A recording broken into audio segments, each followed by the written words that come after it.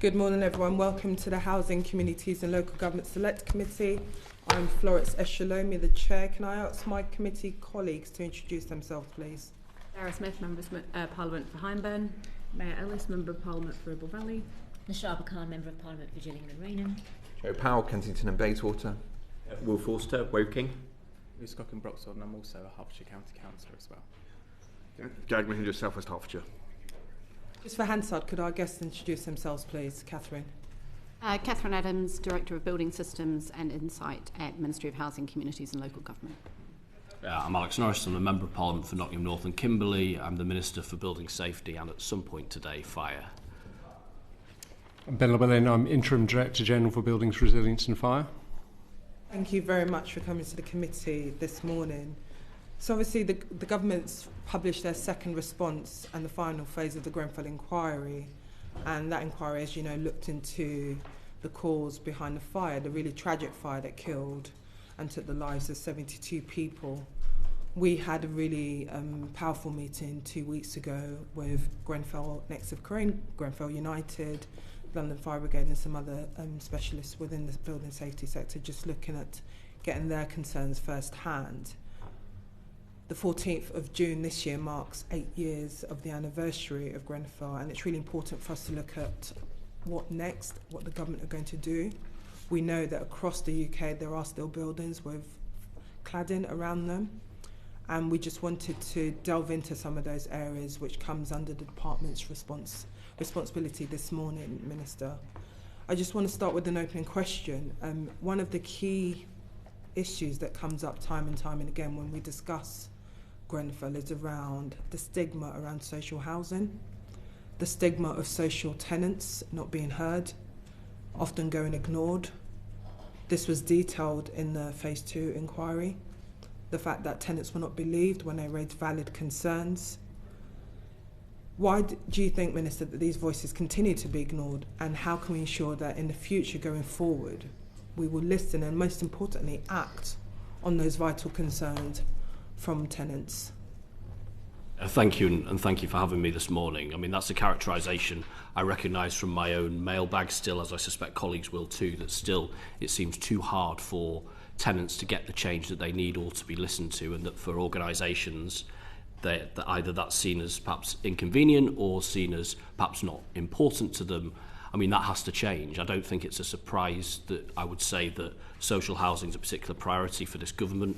In the context of our 1.5 million houses that we want to build in this country, we think that social housing will be an anchoring type there. That's why we made the commitment of an extra £800 million earlier this year on the Affordable Homes Programme, the £2 billion commitment that we made last week as well. I don't also think, it presumably won't be a surprise to the committee either, to say that the Secretary of State, the Deputy Prime Minister, this is a particularly personal issue for her. She thinks very strongly and believes very strongly that we as a department have to make sure that that tenants have a stronger voice and are listened to. I mean, I would want to recognise some of the building blocks that we've inherited from the previous government. We have the regulator of social housing. That is an important bulwark in the system.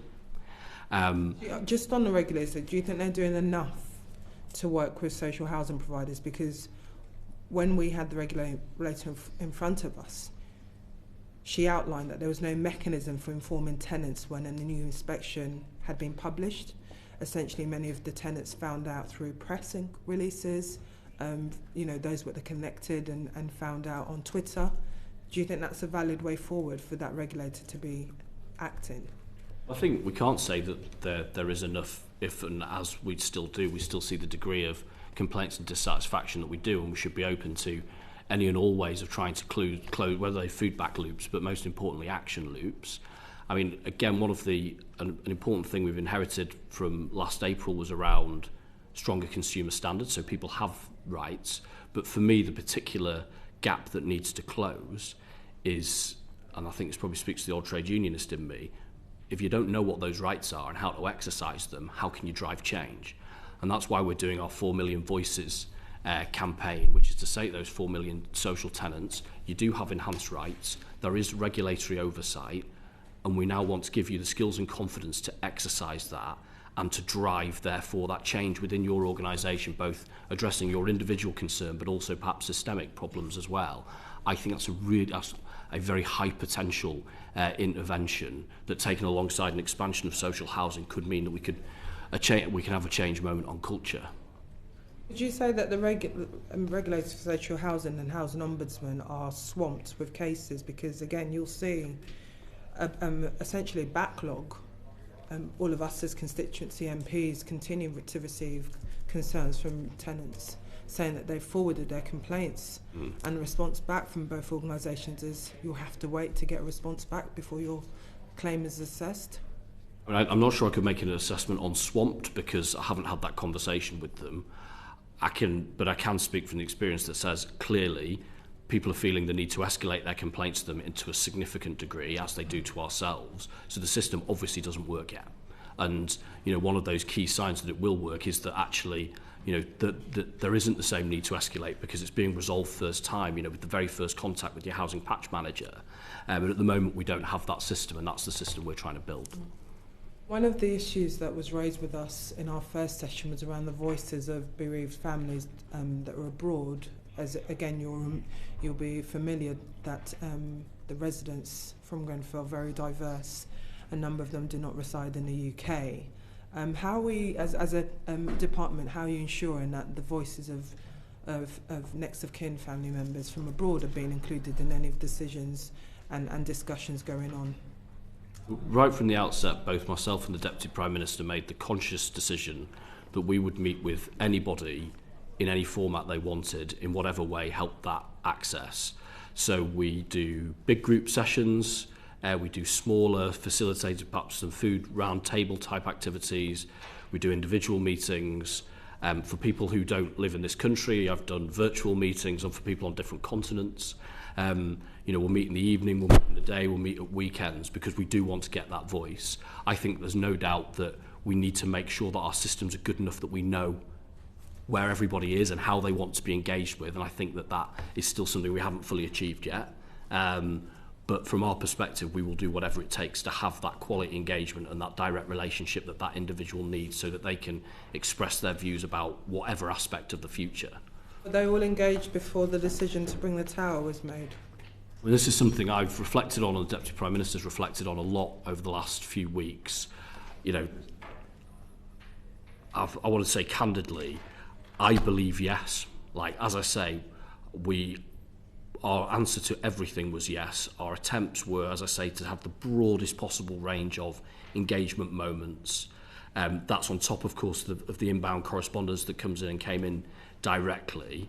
So I believe strongly, in my heart of hearts, yes. However, if a single person says we failed, then that matters much more than what I think. And that is a source of significant sadness and significant reflection on my part and on the Deputy Prime Minister's part and on the department's part. So what we're trying to do to improve that in the future is to have much better systems, so that there aren't people falling between mailing lists, and so that's what we're trying to change. Will you ensure that going forward the design, the planning permission, construction for the Memorial Commission will include a broad range of people, including people abroad? Yes, I mean certainly for the aspects that we control, we will, we're going to do much better in that regard, making sure we've got comprehensive databases. We will offer all opportunities that people want to have that conversation. Anybody listening today who wants to have an individual conversation, I will have that in whatever form needs to happen. The Commission's slightly separate, and I wouldn't want to fetter their independence as to how they do engagement, but I know they are very, very mindful of their need to reach the broadest possible range. So I've no doubt that they will do that too, but for our part, yes, absolutely. Thank you.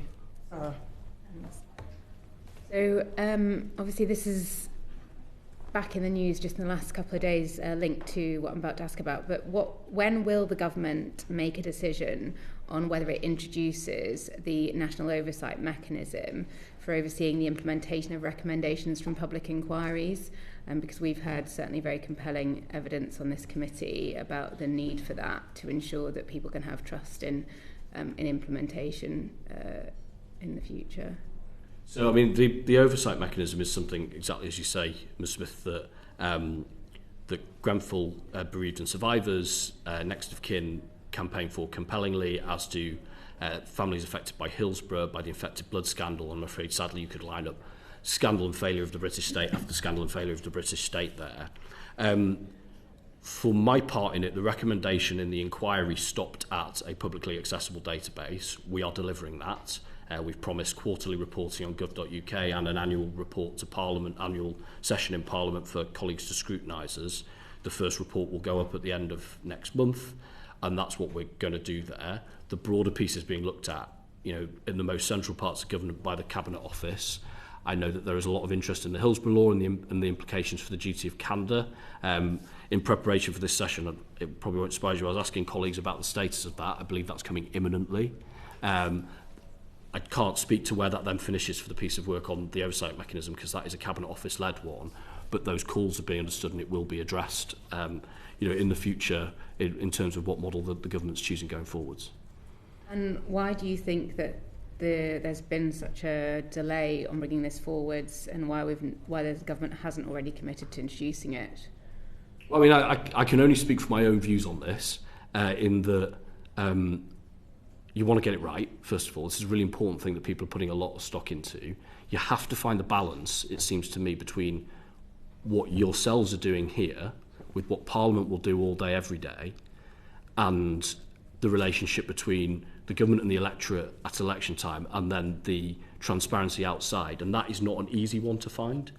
So, I think it's right that that right degree of oversight is being put together in a way that is effective, does deliver what people would want to see.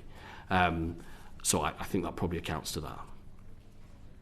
And do you think, on what you've said around the publishing of the updates on gov.uk, is that a little bit of government marking its own homework in terms of the process behind it and that? Yes, I've reflected, having looked at previous evidence about the marking own homework point. I mean, I have to say, in preparing for this committee, I didn't feel like I was marking my own homework. I feel like, as you all look back at me in this way, I feel like my homework is very much being marked for me. Similarly, when I stand up on Monday at oral questions and, up to 600 colleagues ask basically whatever they want to ask on a very broad range of things, it feels like scrutiny. Nevertheless, I mean, I'm a member of the executive, so maybe I would say that. I mean, I think with regards to what we publish, it will be in the format that mirrors the reports. It won't be answering our own questions. It will be recommendation by recommendation. Here's what we're doing. Here's our progress. Here's what's going to happen next. It will be publicly out there. I know yourselves will take an interest. I know very much so that bereaved and survivors will take an interest. Next of kin will take an interest. The immediate community will take an interest. So I feel like it will be out there. I've no interest in trying to finesse that. We want to deliver, and we want. It's really important. Because the inquiry, our work on building safety more generally, you can take it to very esoteric places very quickly about approved documents, about construction products. But we don't forget what sits at the heart of that, which is 72 people losing their lives due to a catastrophic failure, public, private, national, local, and that therefore the government of the day has a really profound responsibility to deliver on that. So, from our perspective, we want to be very, very candid about that, because we want to try and build faith in the state again from people who quite rightly are questioning that faith. Yeah, and that, that huge need for greater transparency. Would you also consider making your tracker, that I believe is in use in the department around this, publicly available? I mean, certainly the tracker that we publish quarterly will reflect our departmental position. So in that regard, there will always be, as you'd expect internally, debates and conversations about best ways to do things, but what we put out there in the public domain will reflect what we're talking about and what we think, and a very sober reflection on where we are. That's a yes, Minister. Well, I'm not sure what the distinction between the two things is, Chair, so I wouldn't want to say something that I've not delivered on, but very clearly the position that I as Minister look at on a regular basis, Ben and Catherine and the team, that picture of recommendation, what we're doing next, that's what will go into the public domain. Lewis, do you want to say? I just want to briefly follow up on one of those questions, because I got lost in your answer, Minister. So, is the government going to introduce a national oversight mechanism, yes or no? I can't make that commitment, Mr. Cocking, today. That's a Cabinet Office run process. I've made the commitment I've made in line with what we published in the inquiry on the publicly available information.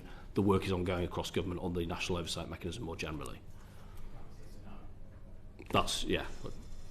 Okay, because just coming back to the evidence we heard from survivors and next of kin, one of their clear frustration was that between a period of 7 to 8 months, nothing, no information, just silence. And I think we find ourselves just a matter of months from the 8th anniversary, and what key progress has been made. I mentioned the fact that unfortunately there are still buildings with dangerous cladding on. We saw the firefighters respond to the fire in Dagenham, and that there are still hazards. If there is no way to scrutinise and track what the government are doing on this, you can see why there's frustration within a number of people. If you're saying the government may not publish a national oversight mechanism and your tracker will not be open to public scrutiny, what way are we as a committee, and most importantly, the survivors and other people, able to track what's happening with the government? I mean, on the point on the oversight mechanism, what I'm saying is that I can't make that commitment today, and that's work's ongoing at the very centre of government. On the point on the tracker, that will be publicly available. People will be able to scrutinise it. People will be able to talk to us about it. We are very mindful of progress. As you say, I mean, I think I'm probably unique amongst members here in that I was in Parliament just on that week of the fire, and I think, as I've said in Parliament multiple times, I think if we said then that nearly 8 years on that we'd have made the progress that we had, we'd have said that wasn't sufficient. Now, that we've had, of course, in that period, a 7-year inquiry that had to run its course in its own way. I think it is right that as a government we took time to reflect on it, because we wanted to make sure that our response was a good one, and one that we were able to deliver on. Bits are starting to come out of the system. As I say, today the machinery of government change, approved document B, that those are changes that have already taken place. You mentioned some of the Dagenham fire. Some of the different cultures and practices that relate to that were operationalised on that day. So it wouldn't be fair to say no change had happened. But I know that there is eagerness for change, but we want this to be a significant watershed moment in building safety in this country. And I think that if you read our response to the inquiry and what we plan to do, particularly with regard to construction regulation, if you read that alongside our green paper on construction products, that is what this is, a really significant change moment that means that a government building 1.5 million houses can do it differently in this country. And yes, that takes time, but I think that that's the right thing to do, and as a result we can get to somewhere really, really important, and that's our priority. Thank you. Thanks, Chair. And just before I start, I do want to put on record my thanks for all the engagement that the Minister's had with me and the community. I wanted to just go into a bit more detail on remediation. You would have read, I'm sure, the Public Accounts Committee report.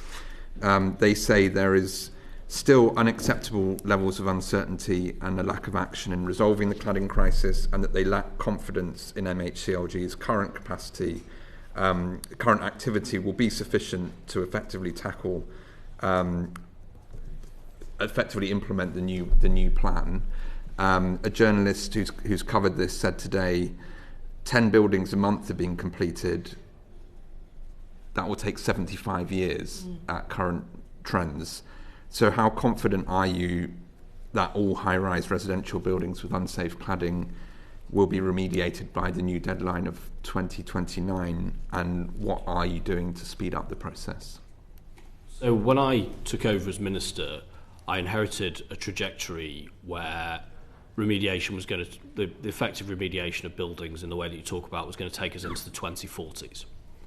And one of the aspects was within that was that and it probably wouldn't surprise you that one of the first questions I asked as the new Minister was, well, how many buildings are we talking about here? And the answer for 11 to 18 metres was that we didn't know. And, I'm afraid I've drawn on some good things the previous government did. That was, it was a particular shortcoming that we've inherited, not knowing, and the range being 4,000 to 7,000 really doesn't help you very much.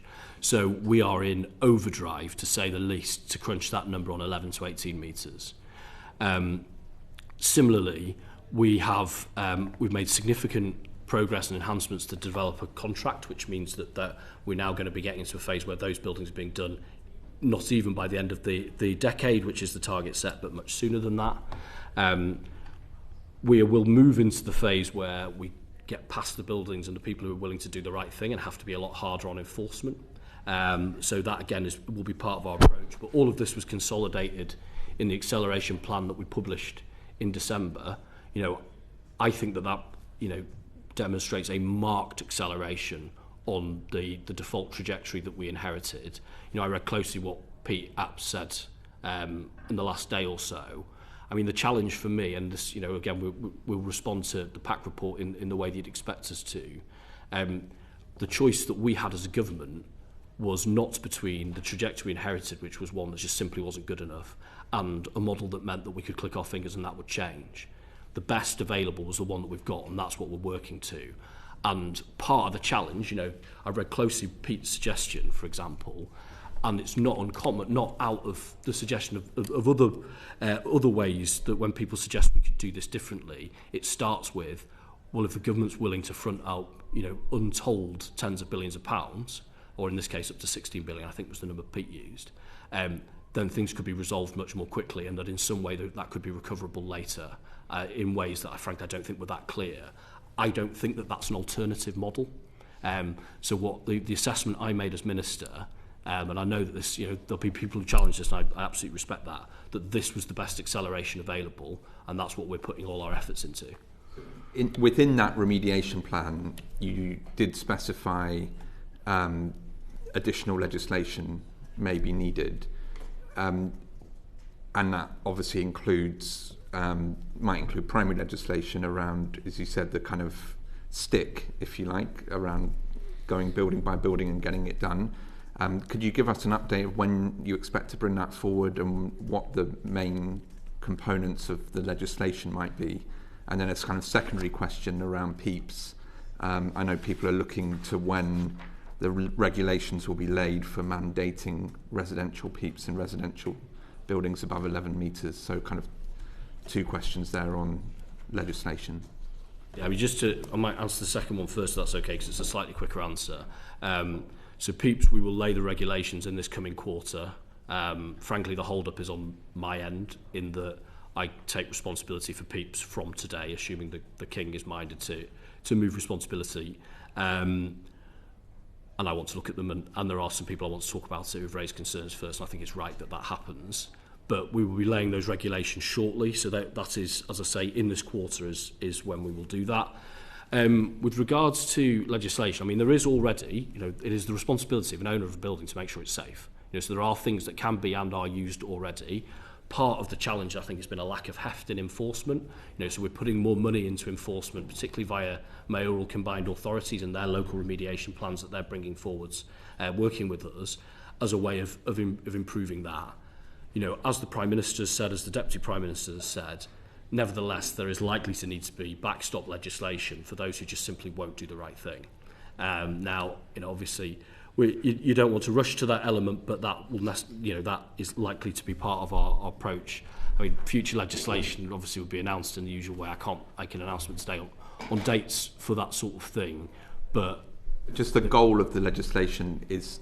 Could you just explain a bit more? You're saying backstop. So this is how will it help deliver this new target? So gaps in the system that I think it could help target. First of all, the fact that we're having to crunch 11 to 18 metres in the way that we are, which is very, very good people at Homes England going building by building by building.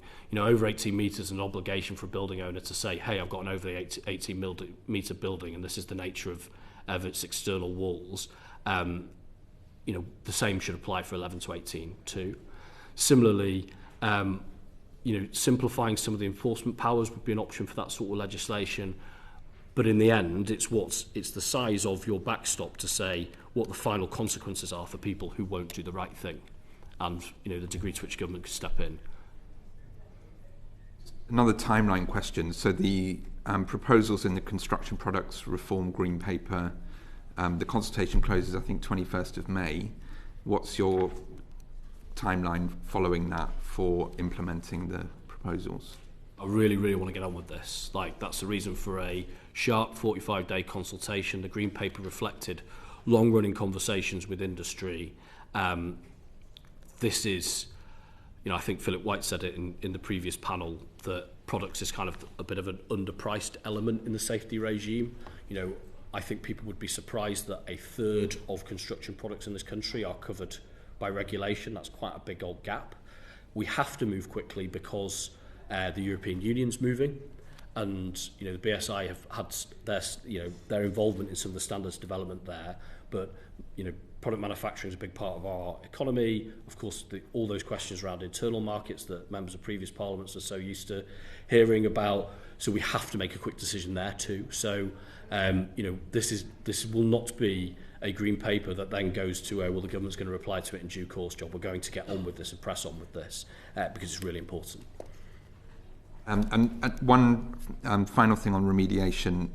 The London Fire Commissioner, in his evidence to us, said that the state of care homes was the thing that kept him awake at night the most. Are you confident that care homes are being sufficiently protected? Obviously, the government's announced new care homes will have mandatory sprinklers, but what about pre-existing care homes? So, as you say, we have gone to the point of mandatory sprinklers for new facilities. The judgment made in terms of impact was that for existing facilities, the building owners need to manage that fire risk. It could be by installation of sprinklers by choice in that way. There could be alternative models depending on the construction of that building.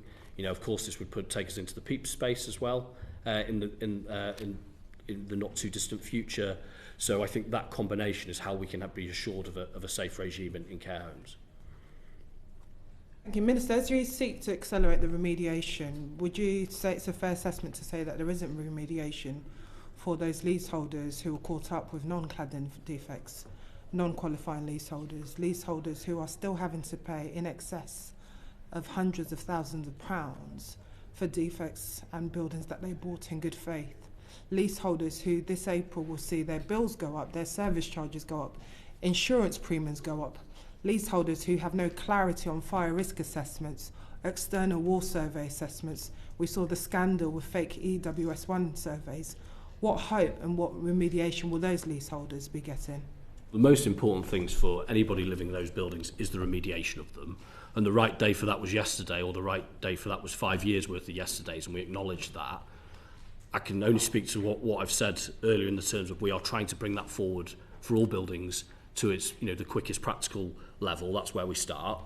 There are obviously significant day-to-day challenges that leaseholders are living with within their service charge, particularly around insurance, as you mentioned, Chair.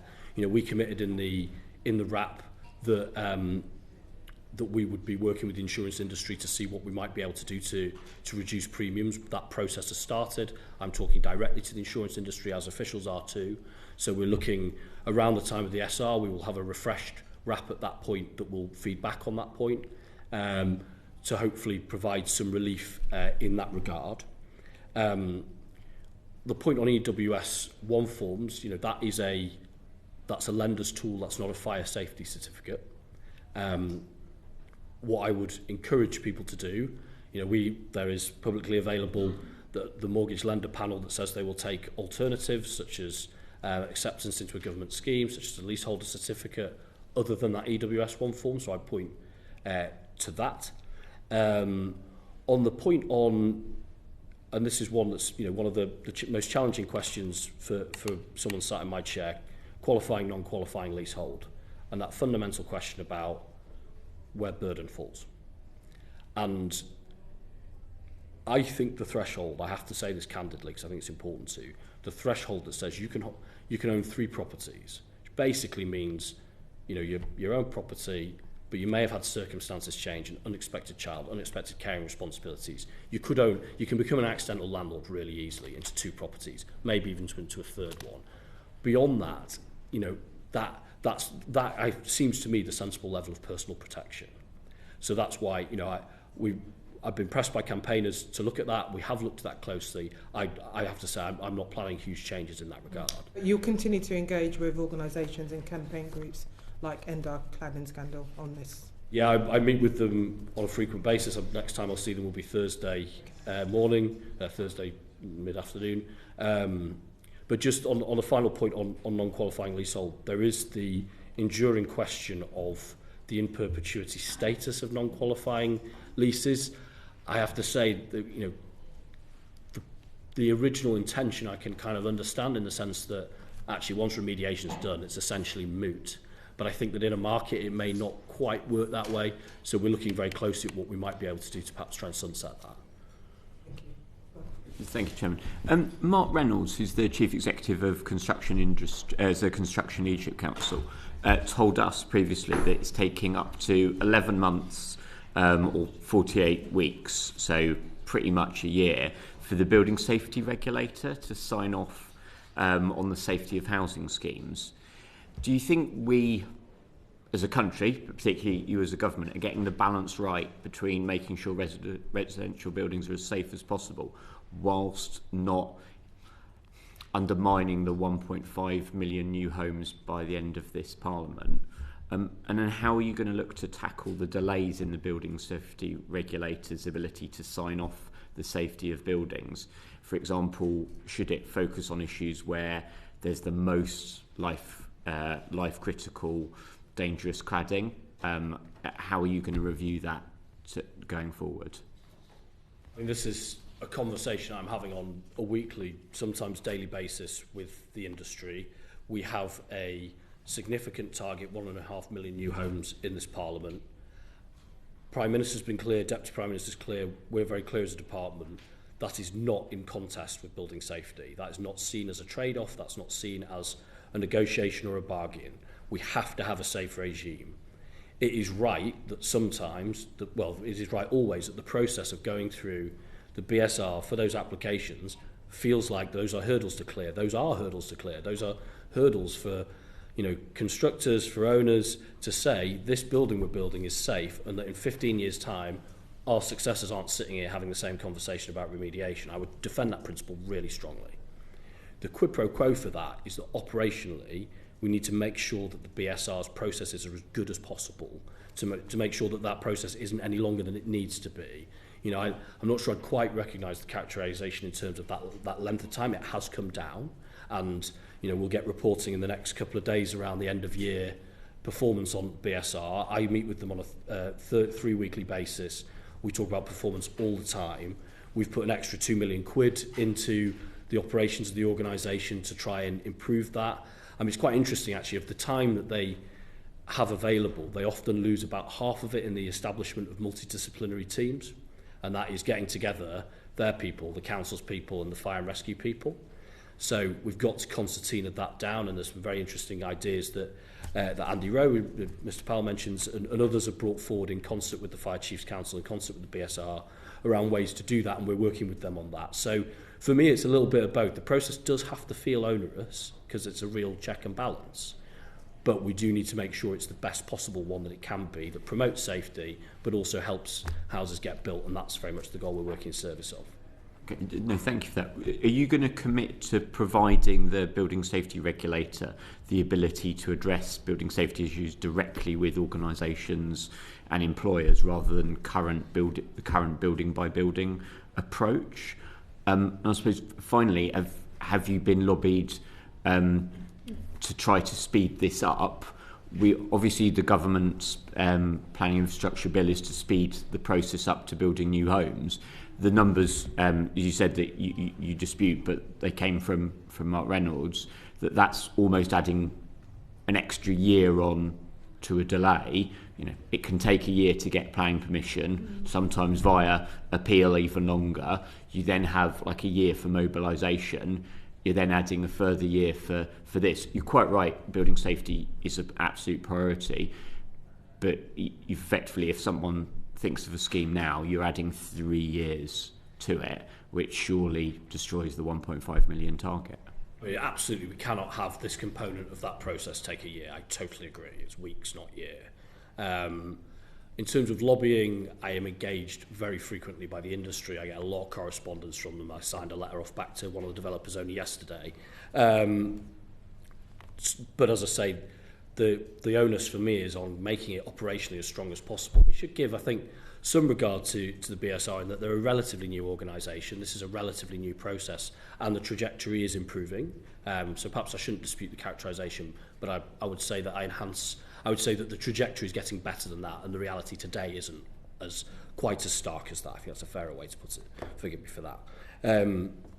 So, yes, but the onus for me as Minister is giving them the right tools. You mentioned the point around direct engagement. I'm open, fundamentally, the BSR should do its job in the best way that it thinks it can. I know that my belief is I don't think they want a particularly account manager style engagement with the industry. So, that would be for them as to how they can most effectively feed back. One of the challenges has been that the quality of applications is not very good, and therefore there's been a lot of bounce back. So again, they are engaging with the industry more broadly about that point. That's a very good thing to do. And there's also something around, if you're going to have a multi-site development in the same area, then actually having a multidisciplinary team for each building is not an effective process. Could we be more joined up there in having one team, each building looked at on its merits, but one team doing that? And I think there's scope for that. So I think significant points in the chain, there are really important operational things that could be done better, and that's what we're working on with them to do.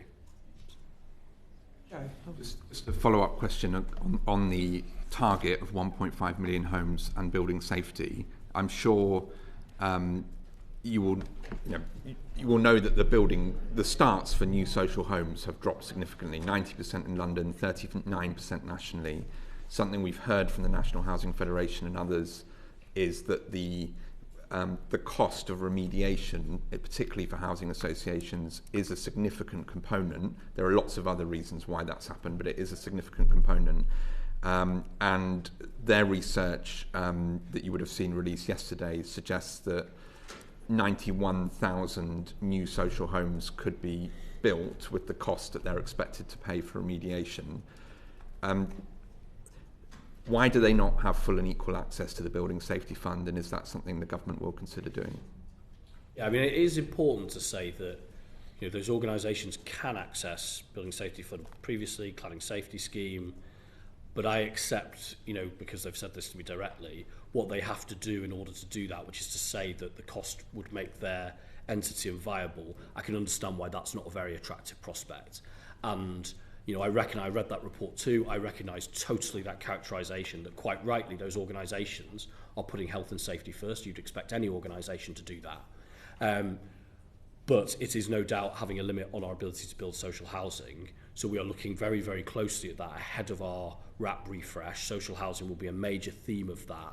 I wouldn't want to run ahead of that, but that, I can tell the committee that in the summer we will publish, our approach in that regard, and we totally accept the characterisation that you mentioned, Mr. Powell, and the report mentions. And I guess on the other side of the equation, we also heard from some of the house builders around the building safety levy. Now, obviously, in your letter to the committee, you said that will come into force in 2026. Has there been an impact assessment on the building safety levy specifically and the 1.5 million home target? Because it was a question asked at PAC when I was guesting, and it wasn't quite clear whether there had been that impact assessment done. We did the full in our design and our preparation of the regulations. We did all the impact assessments that you would expect. We did whether that's environmental, whether that's the equality responsibilities. We have we've discussed in government the challenges and the impact that it might have on supply. I think that speaks to why we've given more time for industry to get ready, and that's why we've made the decision to delay the implementation, as you mentioned. So, we are looking at this in the round. I think just a final question on this part. I think I never speak for Grenfell campaigners. They can speak for themselves, but I'm absolutely certain the last thing that they would want is the access to the Building Safety Fund, the Building Safety Regulator, and the Building Safety Levy, meaning less social homes in this country. I'm certain they want to see more because they tell me regularly, and kind of, I guess it's making sure that we get this balance right so that we can deliver those homes that people desperately need is so crucial. Yeah, I mean, they say exactly the same thing to me, and our view is exactly the same. We just want to have that appropriate, good balance that means that the process works effectively, but it still holds safety at its heart. Thank you. And building on the theme of how we move forward safely and efficiently, we heard concerns from stakeholders about the lack of resource in the building control sector. Can you tell me a bit about how you're planning to ensure that enough building controllers and surveyors can be recruited across the sector? Again, one of the very important recommendations in the inquiry was the establishment of a panel to assess and to bring forward ideas on building control. So that we're setting up very, very soon indeed. This is a real challenge within the system, as it is with fire risk assessors too.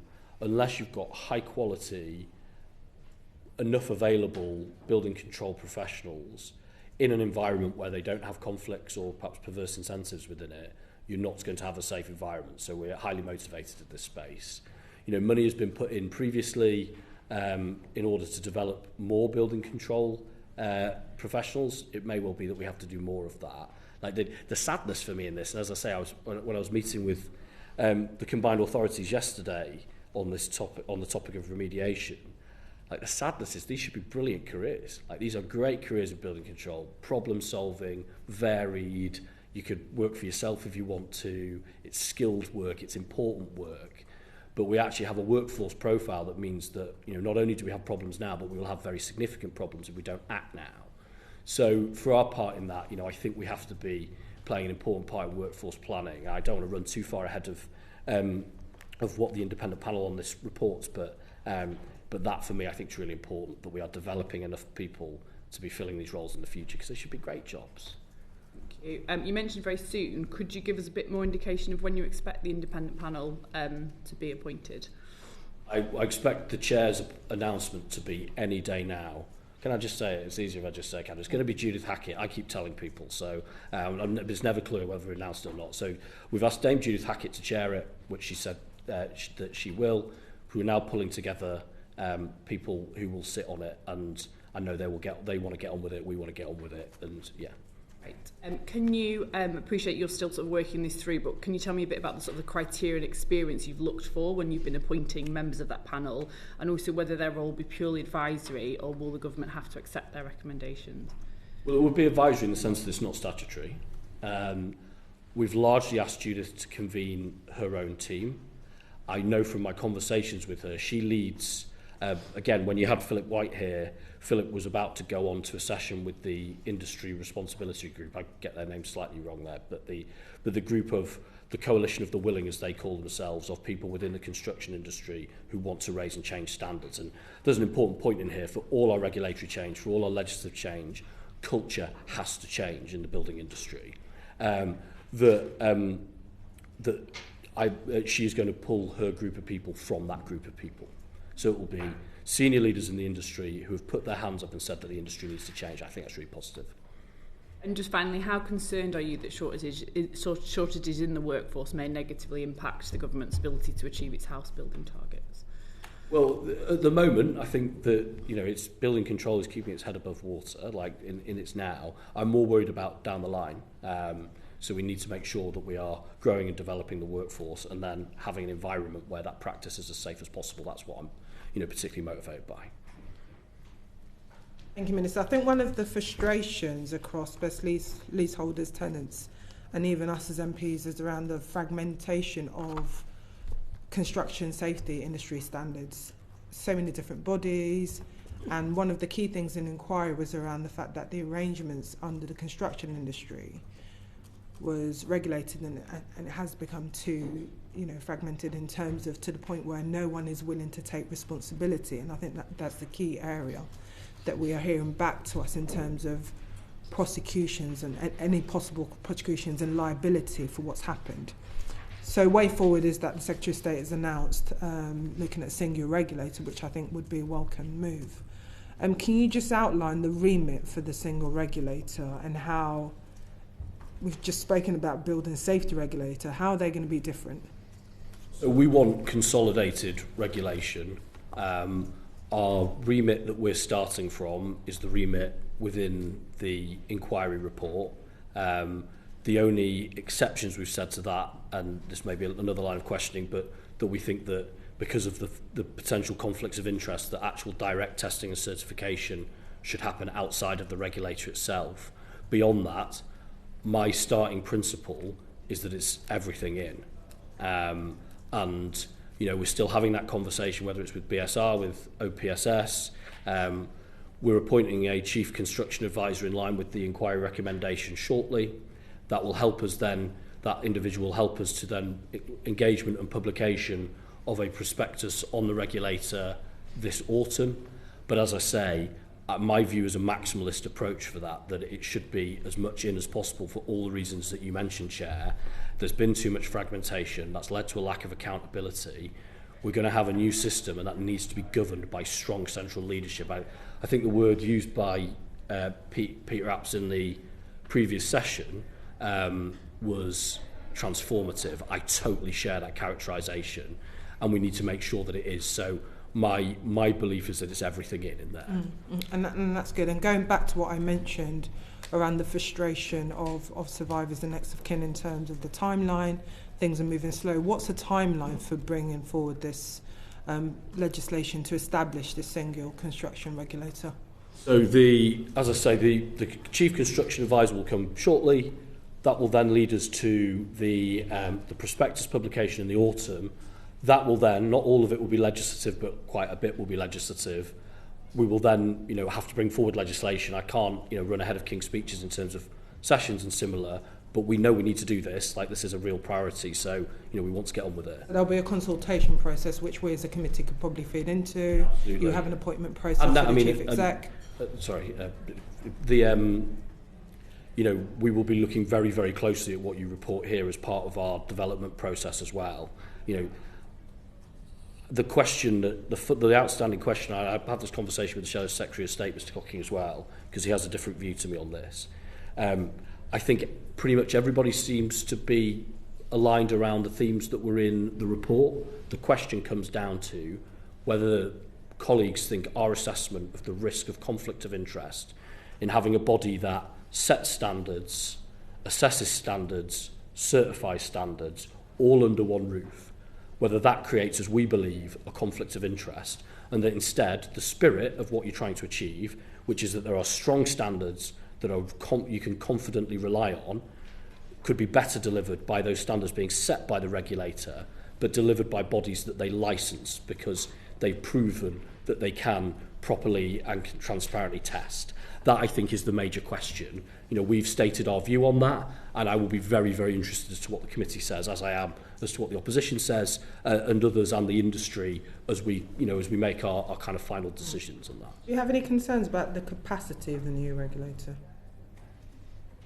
Well, it will be for the government of the day to ensure that it has the capacity. You know, in very much in the spirit that I mentioned to Mr. Forster, like, there has to be a regime that feels onerous to work with, because that's how you know it's working.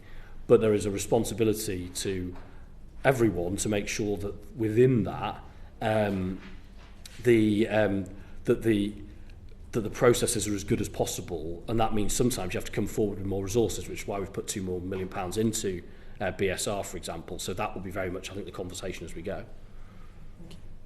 Lewis. Yes, thank you, Madam Chairman.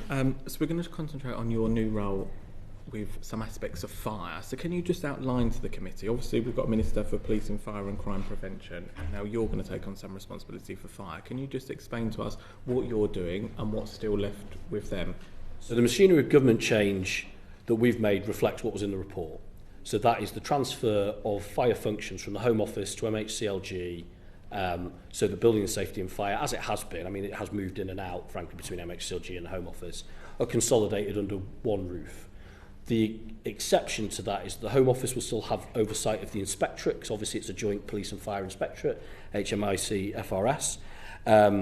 But otherwise, fire functions, the fire staff currently in the Home Office are coming over to MHCLG.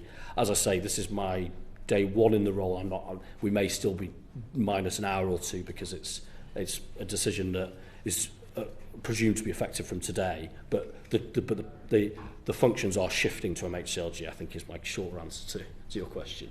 So you're saying that the police part of the inspectorate is taking precedent over the fire inspectorate, because you're saying the reason why that is staying with the current minister is because she has responsibility for police. So I'm taking from you that we don't think fire is important to have you round the table and involved with that inspectorate as well? I don't think that would be a reasonable conclusion to draw. The reality is you have a single inspectorate, so you have two choices. One, you either make a division of that organisation, and in which case I think you have to say what goal is that in pursuit of, or two, you have a hosting department, which is what the Home Office will be, and then you have what we will have, which is a memorandum of understanding between the department and the inspectorate to make sure that those functions are being fulfilled properly. You know, quite rightly, that inspectorate has a significant degree of independence because otherwise they can't work properly, but that's finding that balance. But I think it's a significant leap to read into, therefore, some sort of diminution in interest. And in fact, I think you'll find, certainly given my personal passion for this area of policy, that you'll see a great deal of interest from MHCLG, and I'm very much looking forward to it. You'll definitely be round the table with that inspectorate and as involved as much as you possibly can be. Absolutely. I've met with Roy Wilshire already. He forms part of the ministerial advisory group that I will be relying on to develop policy. So no, we'll be working very, very closely with the inspectorate indeed, obviously within appropriate gaps between the executive and the inspectorate. And then when we had, because we had someone from the London Fire Brigade here when we looked into the Grenfell, and he was sort of saying to us around he would welcome a national oversight mechanism in terms of the changes that they've had to make to the fire brigade, and he would welcome someone looking at making sure they implement all of the recommendations, what have you. What's your view on that type of thing to happen within the fire? I mean, first of all, I think it reflects well and probably speaks to the improvements made within LFB that is from the top what they want. My experience has been that they've invited transparency at every turn. I wish we saw more of that. That is a good way of building confidence in the future that when changes have to be made, they are made.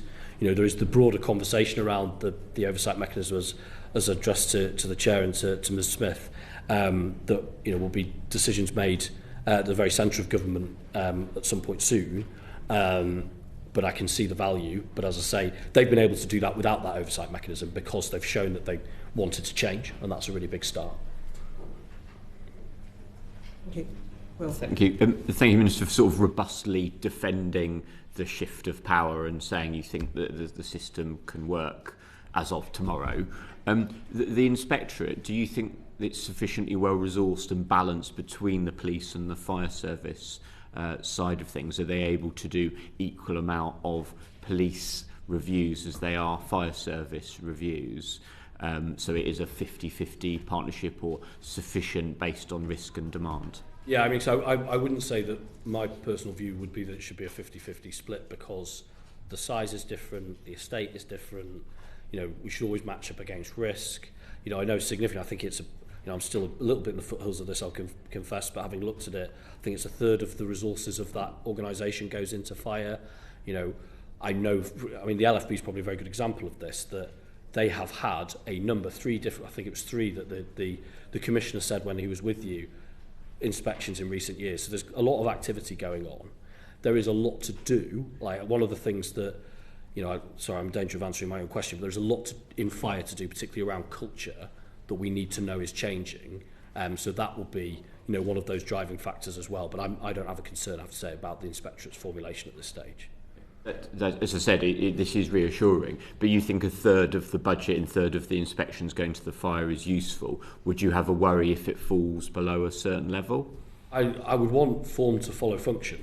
And, if I felt, whether deadlines weren't being met, it's quite hard to believe statutory deadlines wouldn't be met. But, if there were concerns on quality raised, those sorts of things, that would tell you that whether the resourcing wasn't right. But I would wait to see that before I express concern about that. Thank you. Minister, one of the other areas raised in response to the tragedy that happened was around civil emergency planning and resilience. The Phase 2 report detailed some glaring findings of both Royal Borough of Kensington and Chelsea, the TMO organisation, and also some areas where there could be improvements on fire safety. And in response, the government has set to review the Civil Contingencies Act 2004. My understanding is that there'll be a consultation later on this year. That sits within the Cabinet Office, so we're aware of that. But in terms of reviewing that timeline,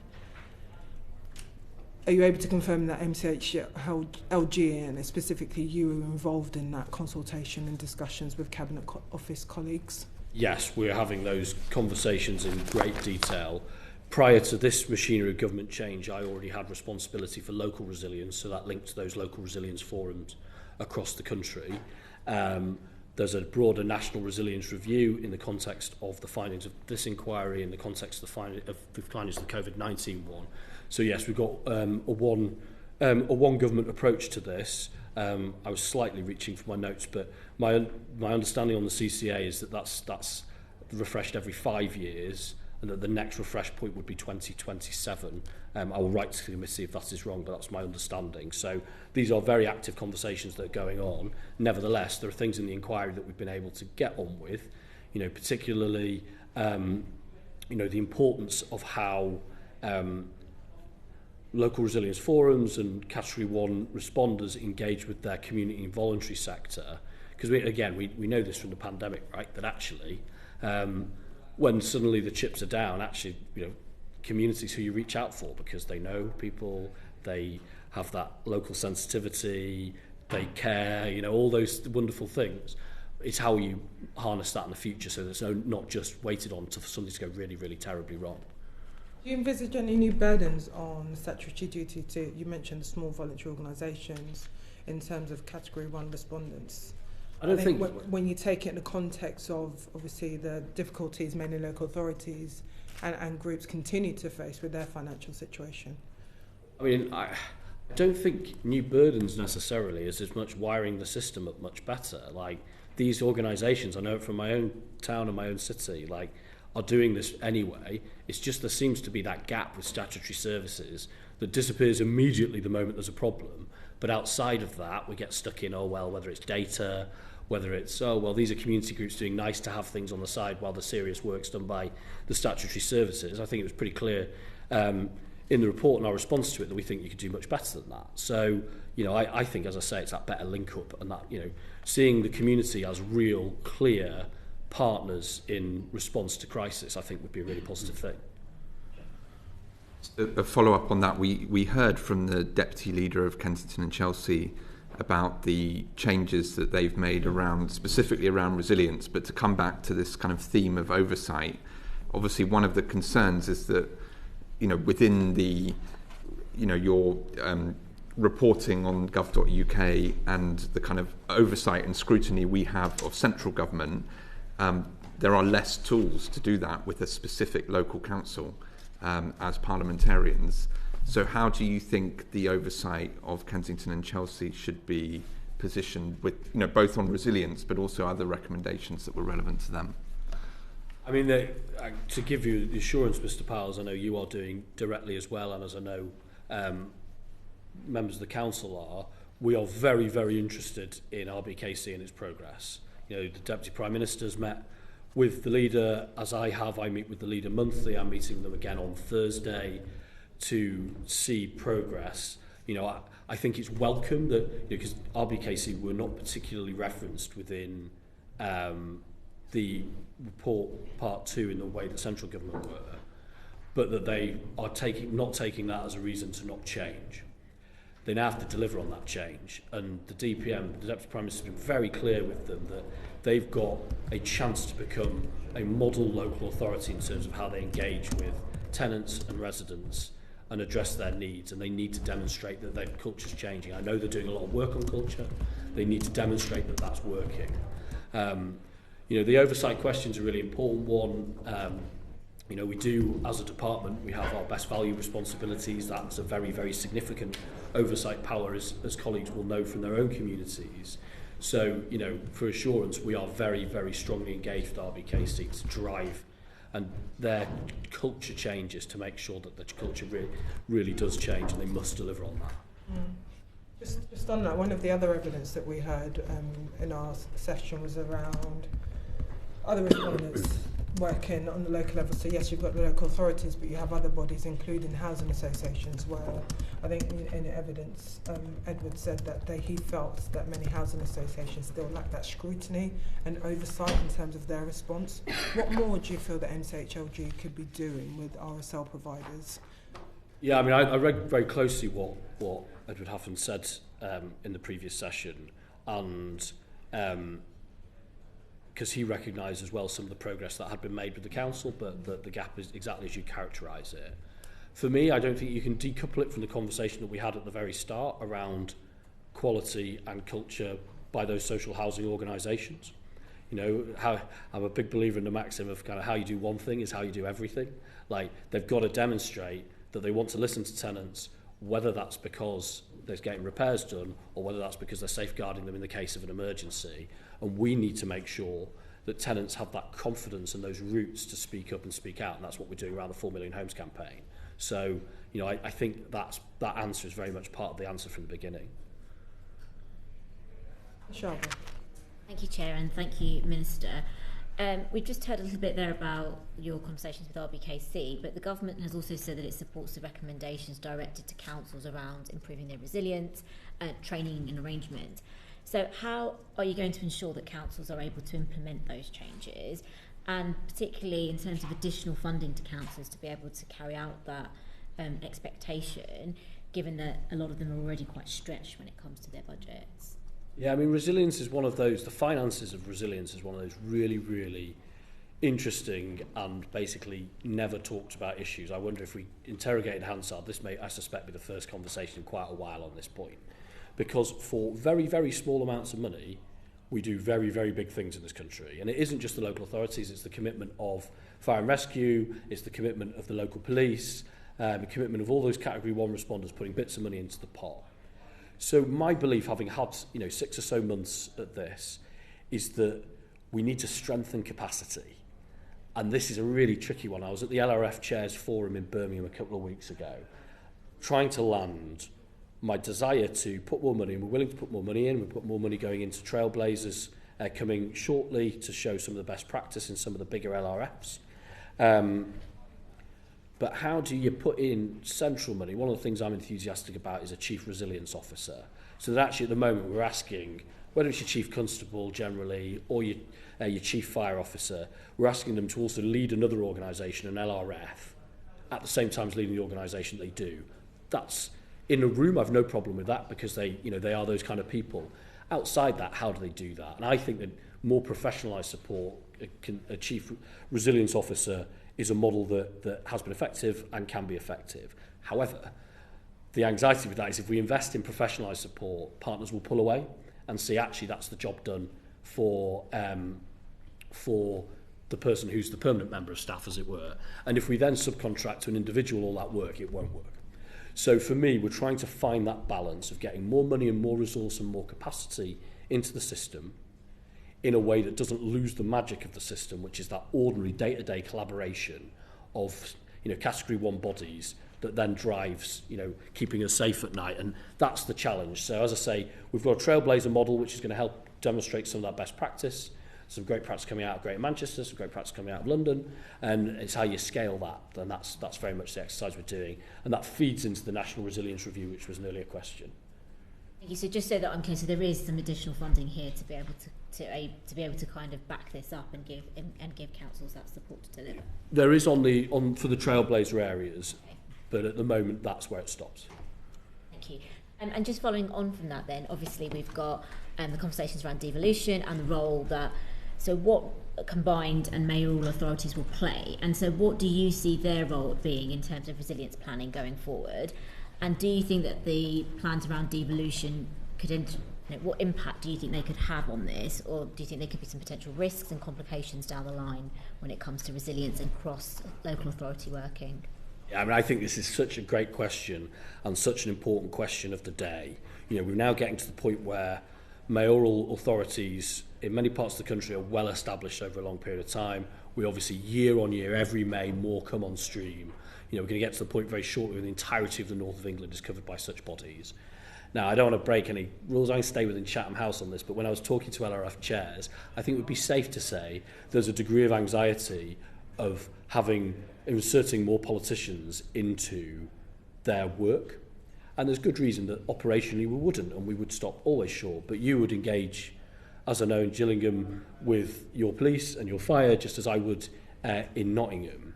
And the point that I made back is that if something bad happens, flooding, wildfire, whatever it is, people will look to their leaders. You can't say that in Greater Manchester they're not going to look to the Mayor of Greater Manchester.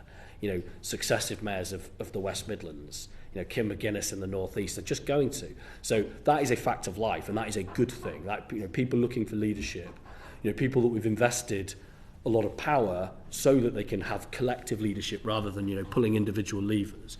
We have to get them into that room, is my belief, in a way that doesn't fetter operational challenges, but instead means that they can provide that really important link. Yes, as please put our information out on your really popular social media. Okay, that's one thing. But actually the two-way passage of information where a voluntary group can say, look, we're trying to get involved and we can't. So, you know, I think actually those mayors and those combined authorities will have a very important role to play, but they're additive. They're not displacing of any of the other Category 1 partners. I think they add to the process.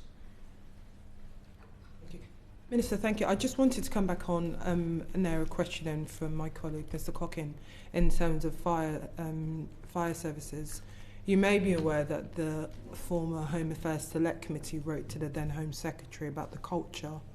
They had an inquiry in the culture and in fire and rescue services across the UK, where in that report it identified deep-seated problems, bullying, harassment, and this was corroborated in the report published by the Inspectorate. Again, you'll know that the London Fire Brigade was under special measures. They're now out of that, and it's a big area that continues to have that rightly so scrutiny. And the London Fire Commissioner outlined some of the changes within LFB.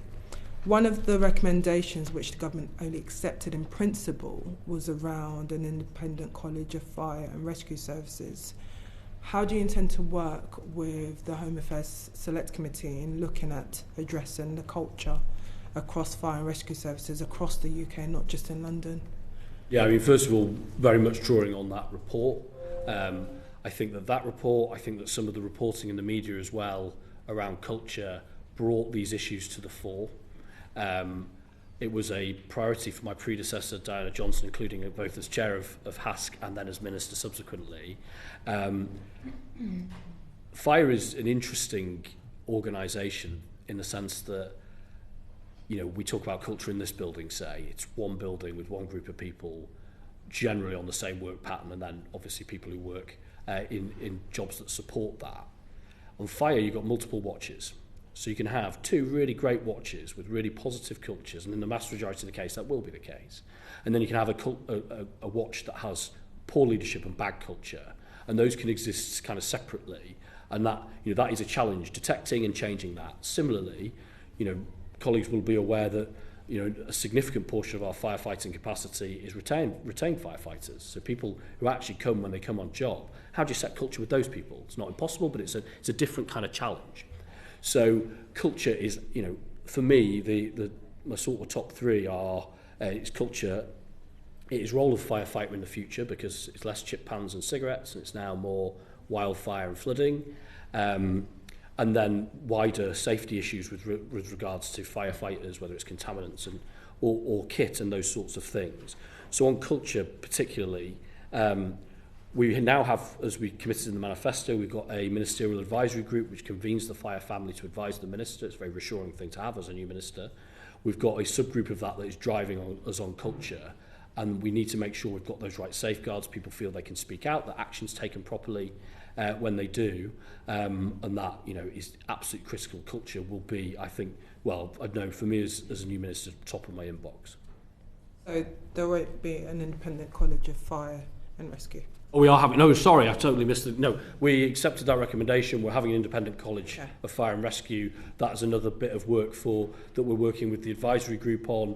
You know, we still have to decide the kind of form and functions of that. But yes, very much so. I think it's a great opportunity. It could help us with research. It can help us with culture and practice, all sorts of things. So we're, you know, very much... It's something that has gone round the government of the days for the thick end of 25 years. I think now is the time to do it. Right, yeah, now is the time to do it. Lewis. Yeah, thank you. Fire governance in the UK is quite complicated. I mean, you've got some run by county council, some run by elected mayors, some run by police, fire and crime commissioners, some arm's length body. So when we go through this process of devolution, what's the government's view of where fire responsibilities should sit at a local level? And are you going to look at making it more consistent across the country? Yeah, I mean, this is something that we wrestled with in the English devolution white paper and will follow in the bill, that it is very complicated. And, you know, if arrangements deliver locally, that is the primary thing. But I do think there's responsibility for us as you know, the national holders of the ring. You can't keep layering more and more layers of governance. You know, in this case, you know, regional, mayoral combined authorities, and not have a little look at the structures below. So what we've committed to is where those boundaries are coterminous, those functions will go to the combined authority, as is one of the models at the moment. Now, the challenge with, you know, with the kind of devolution settlement that we have in this country is that not all those boundaries are coterminous. At the moment, certainly with regards to the English devolution bill, our intent will stop there. You know, we're having conversations. There are some areas that don't have coterminosity with their mayoralty and their fire and rescue authority, but they may have coterminosity with two. It gets harder if there's a little pocket popped into another mayoralty. Like, I think it really does get hard to see how you would change that governance arrangement. You know, so we are having those conversations about whether you could do something in that situation, but I wouldn't want to commit to that at this point. But we are going to make it simpler in the English devolution bill. I think that's the right thing to do. And when you say given to the combined authorities, do you mean the combined authority or do you mean the elected mayor? I mean, the elected mayor will exercise those functions through a statutory deputy. Thank you very much, Minister, for appearing before us. And like I said, we will continue to look at this really important issue. And as we do, we'll continue to remember the tragic, the 72 people who sadly lost their lives and their bereaved family members who continue to fight for their campaign for justice. But we thank you for coming this morning before the Select Committee. Order, order.